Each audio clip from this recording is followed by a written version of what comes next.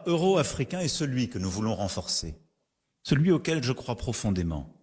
Chacun sait, chacun voit aussi que le continent africain sera celui où une grande partie de notre futur se jouera.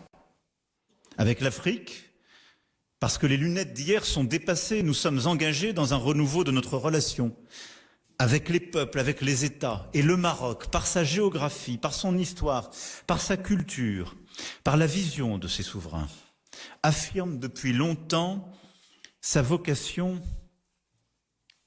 de plateforme, de truchement, de chemin singulier. Sa stabilité, son ouverture, son développement sont des atouts inégalables que nous reconnaissons à leur juste valeur et qui peuvent inspirer bien des initiatives communes. C'est pourquoi, je le crois profondément, nous avons ensemble à œuvrer, et je sais pouvoir m'inspirer de votre pays et de son action au Sahara et au Sahel. Oui, nous avons dans cette région, nous avons besoin dans cette région d'une stabilité respectueuse des peuples, de projets de développement pour la jeunesse de celle-ci, qui seule permettra non seulement la stabilité, mais de mettre fin aux routes des trafics et de la misère, qui du golfe de Guinée à la Libye sont ceux qui font souffrir le continent africain et le continent européen.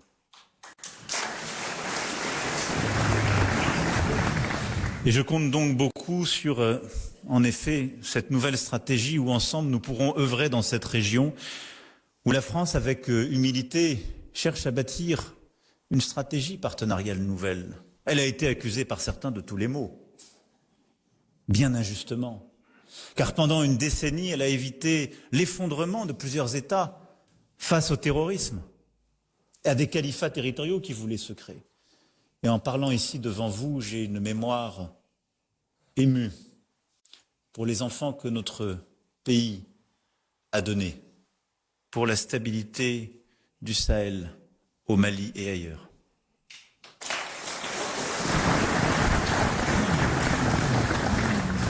Oui, ce nouveau partenariat avec l'Afrique, par sa jeunesse, est celui que nous voulons construire ensemble.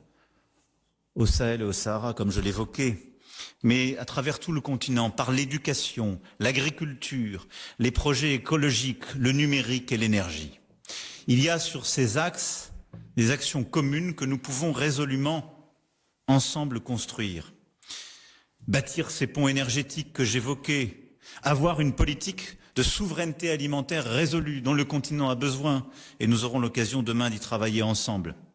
Et nous sommes déjà partenaires dans cette aventure, avec les campus du réseau Africa Sup au Maroc, avec la future Académie de l'eau, et nous ne sommes qu'au premier pas de ces révolutions à venir.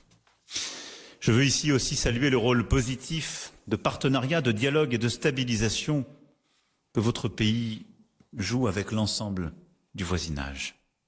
Pour projeter notre relation bilatérale vers l'avenir et pouvoir emporter cette ambition et ces projets, j'ai proposé à Sa Majesté le roi Mohamed VI que la France et le Maroc soient liés par un nouveau cadre stratégique qui pourrait être signé 70 ans après l'accord de la Celle-Saint-Cloud, à l'occasion d'une visite d'État en France que Sa Majesté a acceptée.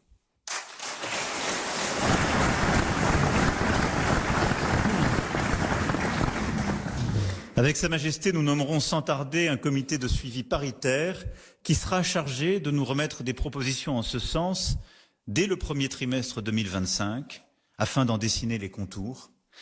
Le Royaume du Maroc serait ainsi le premier pays hors de l'Union européenne avec lequel nous nous engagerions aussi intensément.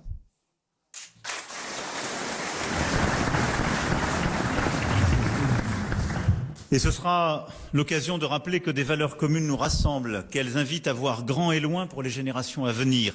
Et cet accord aura vocation à mobiliser nos institutions, nos communautés, nos jeunesses, nos talents, pour être les garants de l'ambition que nous nous assignons. Il permettra aussi, en mettant davantage en lumière nos solidarités, d'accorder encore davantage nos voix sur la scène du monde. À cet égard, nos regards se tournent évidemment vers l'est de la Méditerranée, vers cette région du Proche-Orient qui est si chère à la France comme au Maroc et qui se trouve aujourd'hui plongée dans l'abîme avec des conséquences dramatiques pour les populations civiles. Le 7 octobre 2023 a constitué une attaque d'une barbarie particulièrement atroce perpétuée par le Hamas contre Israël et son peuple.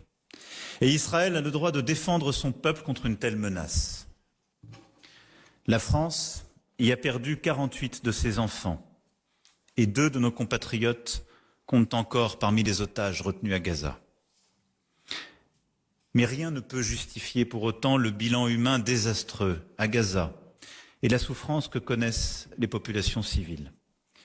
C'est pourquoi il faut un cessez-le-feu à Gaza. Et la France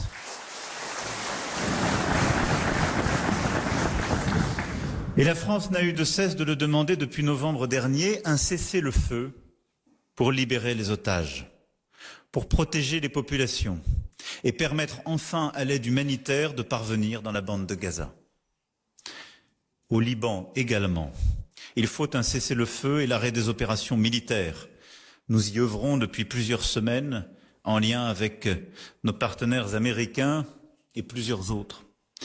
Et c'est pourquoi, en cohérence avec cette position, j'ai appelé à ce que cessent les exportations d'armes aujourd'hui utilisées à Gaza, en Cisjordanie et au Liban. La voie de la diplomatie est possible, elle est exigeante, et c'est celle que la France soutient, pour permettre au peuple israélien, palestinien et libanais de voir leurs aspirations à la paix et à la sécurité garanties, et à tous les déplacés de rentrer en sécurité chez eux. Vous connaissez l'attachement historique de la France à la solution des 2 États. Il faut relancer cette perspective de façon décisive pour inscrire la paix dans la durée au Proche-Orient. Vous connaissez aussi notre engagement sans faille à lutter contre l'antisémitisme en France et partout dans le monde. Cet engagement est irréductible. Et je le dis dans un temps où les actes antisémites, tout particulièrement ces dernières années, ont refait surface et partout pullulent. Et je sais que c'est aussi un héritage du royaume sur lequel bâtir ensemble pour protéger nos concitoyens et préserver dans ce contexte douloureux la cohésion de nos sociétés et les valeurs qui sont les nôtres. Sur cet enjeu, le Maroc a beaucoup à apporter. Je souhaite ici encore rendre hommage à l'action de Sa Majesté le roi Mohamed VI, également président du comité Al-Quds, et à son investissement personnel pour apporter l'aide humanitaire urgente aux populations palestiniennes et libanaises qui en ont aujourd'hui le plus besoin.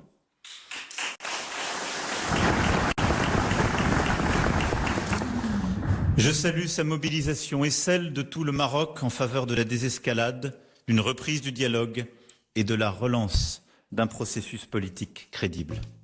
Dans la cacophonie actuelle, dans laquelle se complaisent les extrêmes de tous bords, le Maroc porte une voix forte et singulière. C'est, il me semble, la voix de la raison et de la justice. Une voix juste, fidèle à son histoire et à ses principes, une voix qui nous rappelle à nos engagements, à nos valeurs communes et qui nous enjoint d'œuvrer sans relâche pour apporter un peu d'espoir à une région et à des populations qui en ont aujourd'hui si peu. Je sais qu'à Paris comme à Rabat, nous partageons cette même préoccupation et travaillons dans le même sens. Mesdames et messieurs les parlementaires, chers amis, la vision éclairée de Sa Majesté le roi Mohamed VI, les réalisations des 25 premières années de son règne sont une invitation à nous tourner vers l'avenir. C'est, vous l'avez compris, ce qu'à vos côtés et avec vous, je suis venu faire.